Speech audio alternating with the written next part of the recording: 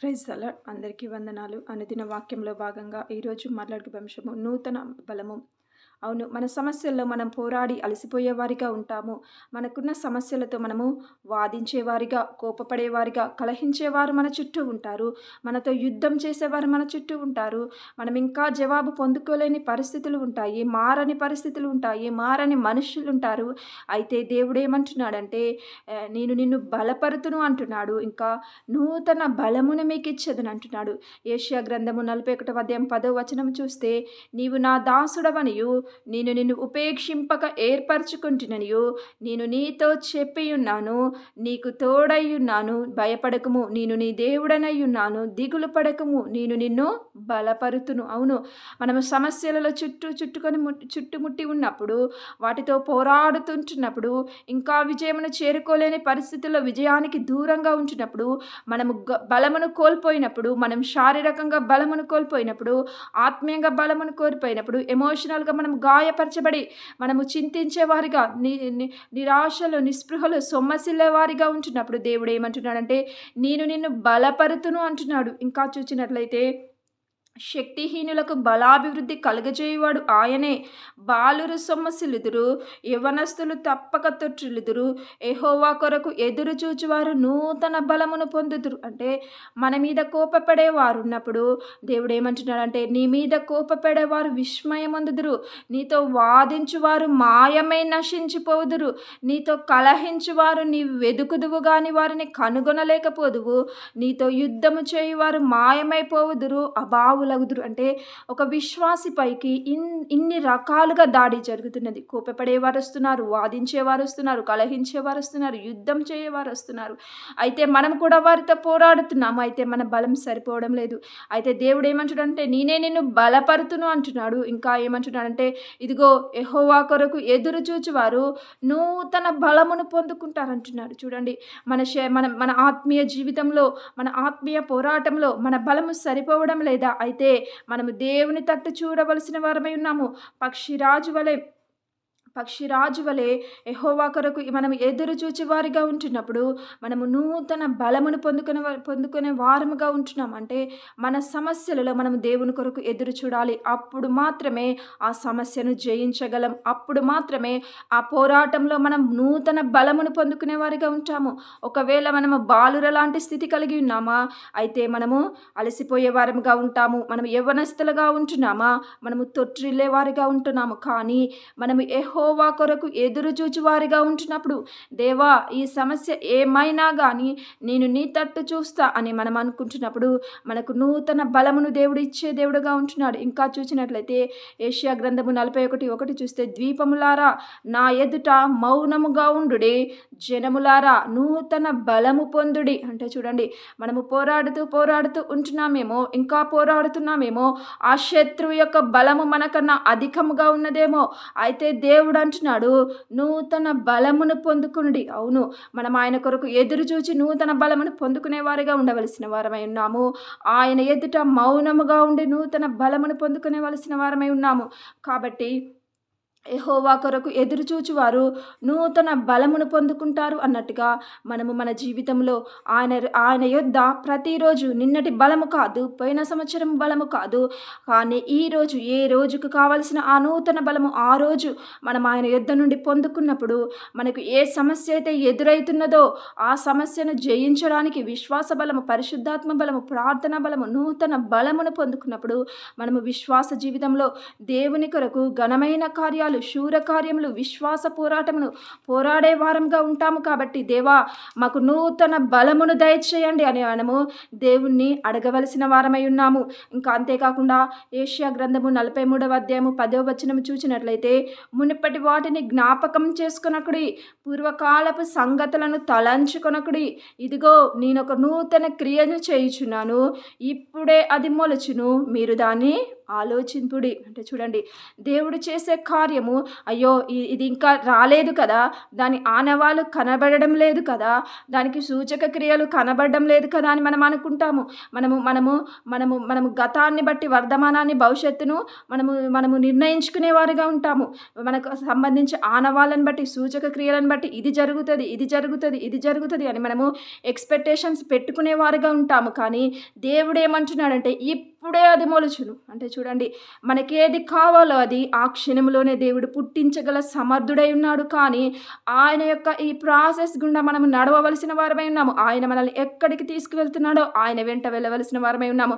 ఆయన మనల్ని ఏ ప్రయాణం గుండా నడిపిస్తున్నాడో ఆ ప్రయాణం గుండా మనం నడవవలసిన వారమై ఉన్నాము. కాబట్టి ఆయన ఏమంటున్నాడంటే, ఇదిగో నేను ఒక నూతన క్రియ చేయుచున్నాను, ఇప్పుడే అది మొలుచును, మీరు దాన్ని ఆలోచింపరా. అంటే ఆయన మన జీవితాలలో చేసే నూతన క్రియలను గురించి మనం ఆలోచించవలసిన వారమై ఉన్నాము. మనము నూతన బలము కొరకు ఎదురు చూడవలసిన వారమై ఉన్నాము. నూతన క్రియలను గురించి, నా దేవుడు నా జీవితంలో ఇంకా ఏ నూతన క్రియ చేస్తాడో అని ఆయన మీద ఆశ పెట్టుకొని ఆలోచించవలసిన వారమై ఉన్నాము. ఇంకా పాత నిబంధనలో చూసినట్లయితే యెహోషాపాతు ఏమంటున్నాడంటే, తన మీదికి రాజులు యుద్ధమునకు వచ్చినప్పుడు ఆయన బలము లేకుండా ఉండి ఏమంటున్నాడంటే, 2వ దినవృత్తాంతములు 20వ అధ్యాయము 12వ వచనం చూసినట్లయితే, మా దేవా నీవు వారికి తీర్పు తీర్చవా, మా మీదికి వచ్చు ఈ గొప్ప సైన్యముతో యుద్ధము చేయుటకు మాకు శక్తి చాలదు, ఏమి చేయుటకు మాకు తోచదు, నీవే మాకు దిక్కు. అంటే చూడండి, ఒక రాజు సైన్యం ఉన్నది కానీ తన సైన్యం మీద ఆధారపడడం లేదు. కానీ ఆ శత్రురాజు సమూహాలతో జయించడానికి మాకు శక్తి లేదు దేవా అని దేవుని సన్నిధిలో మొరపెట్టుకున్నప్పుడు దేవుడు ఏమంటున్నాడంటే, భయపడకుము, ఈ యుద్ధంలో పోట్లాడవలసిన నిమిత్తము లేదంటున్నాడు. చూడండి, దేవుని మీద మనం కూడా ఆధారపడినప్పుడు ఆ యెహోషాపాతు రాజుకు దేవుడు ఏ విధంగా విజయమునిచ్చినాడో, దేవదూతను పంపి శత్రు సైన్యమును కలవరపరిచి వారిని మృత కళేబరములుగా మార్చినాడో, మనము కూడా ఈ యుద్ధంలో పోట్లాడవలసిన పని లేదు. అది మనకు కూడా వర్తిస్తుంది. ఏ యుద్ధమైతే మనం పోరాడుతున్నామో మనము కాదు, కానీ మనము దేవుని ఎదుట కనిపెట్టుకొని, ఆయన మాట కొరకు కనిపెట్టుకొని, ఆయన సన్నిధి కొరకు, ఆయన సహవాసము కొరకు కనిపెట్టుకున్నప్పుడు మనం ఆ యుద్ధంలో నూతన బలమును పొందుకొని దాన్ని జయించే వారంగా అవుతాము.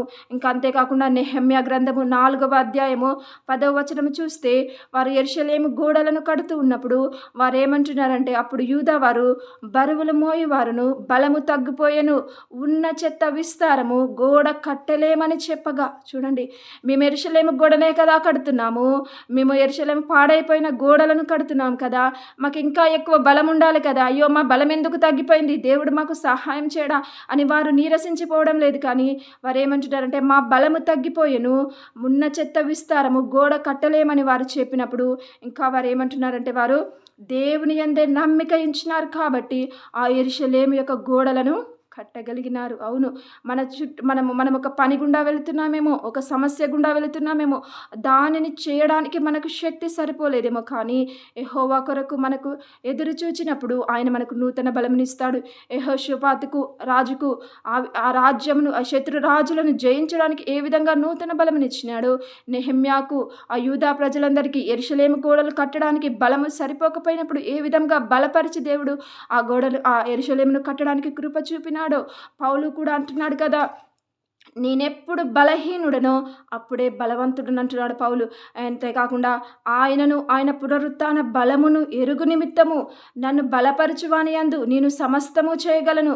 మనలో బలముగా కార్యసిద్ధి కలుగజేయు ఆయన క్రియాశక్తిని బట్టి, అంటే పౌలు కూడా నేను బలహీనుడనని, నేను ఈ కార్యాలు చేస్తానని నేను అనుకోవడం లేదు, కానీ నా దేవుడే నాకు బలము, నేనెప్పుడు బలహీనుడనో అప్పుడు బలవంతుడు అంటున్నాడు పౌలు. చూడండి, పౌలు తన బలహీనతను చూడడం లేదు, ఎందుకంటే ఆ బలహీనతల్లోనే దేవుని శక్తి వస్తుంది, ఆ బలహీనతల్లోనే దేవుని బలం ఉంటుందని పౌలు శూన్యంలో నుండి సమస్తాన్ని సృష్టించిన దేవుడు, లేని వాటిని ఉన్నట్టుగా పలికే దేవుడు అని పౌలు మాట్లాడినాడు. కాబట్టి నేను కూడా లేని వాటిని ఉన్నట్టుగా మాట్లాడుతా అంటున్నాడు పౌలు. అందుకే ఏమంటున్నాడంటే, నేను ఎప్పుడు బలహీనుడనో అప్పుడే బలవంతుడని అంటున్నాడు. మనమైతే అంటాం కదా, అయ్యో నా బలమే లేదు, నేను బలహీనురాలును, నేను ఈ పని చేయను, ఆ పని నేను ఆ చేనేలా చేస్తా, ఆ పని ఈసారి నేను వచ్చే సంవత్సరం చేస్తా, ఈ పని ఇంతవరకు చేసినది సరిపోయింది, ఇక విడిచిపెడతా, ఇది చాలు నా పరగని మనం అనుకుంటాము. అయితే పౌలు ఏమంటున్నాడంటే, లేని వాటిని ఉన్నట్టుగా పౌలు పలుకుతున్నాడు. పౌలు ఏమంటున్నాడంటే, నేనెప్పుడు బలహీనుడనో అప్పుడే నేను బలవంతుడను. అవును, మన జీవితంలో మనం కూడా పౌలు వలె మన పరిస్థితుల్లో నేనెప్పుడు బలహీనుడనో అప్పుడే బలవంతుడను. ఎందుకంటే దేవుని మీద ఆధారపడ్డప్పుడు ఆయన నూతన బలమునిస్తాడు.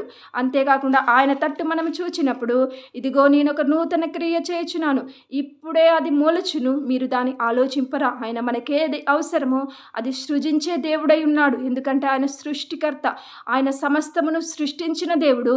ఆయన మనకు అవసరమైన వాటిని సృష్టిస్తున్నాడు. కాబట్టి ఆయన మన జీవితంలో కూడా నూతన బలము ఇవ్వాలని కోరుకుంటూ, మన జీవితంలో దినదినము కొత్త తిథులలో కొత్త ద్రాక్షారసంతో నింపబడిన వారంగా ఉండాలని, ప్రతి దినము మనము పాత బలము కాదు కానీ నూతన బలముతో విశ్వాస పోరాటంలో, ప్రయాణంలో, ఆత్మీయ పరుగులో మనం కొనసాగేవారిలాగా ఉండాలని కోరుకుంటూ, ఈ కొద్ది మాటలను దేవుడు మన వినికిడిలో దీవించునుగాక.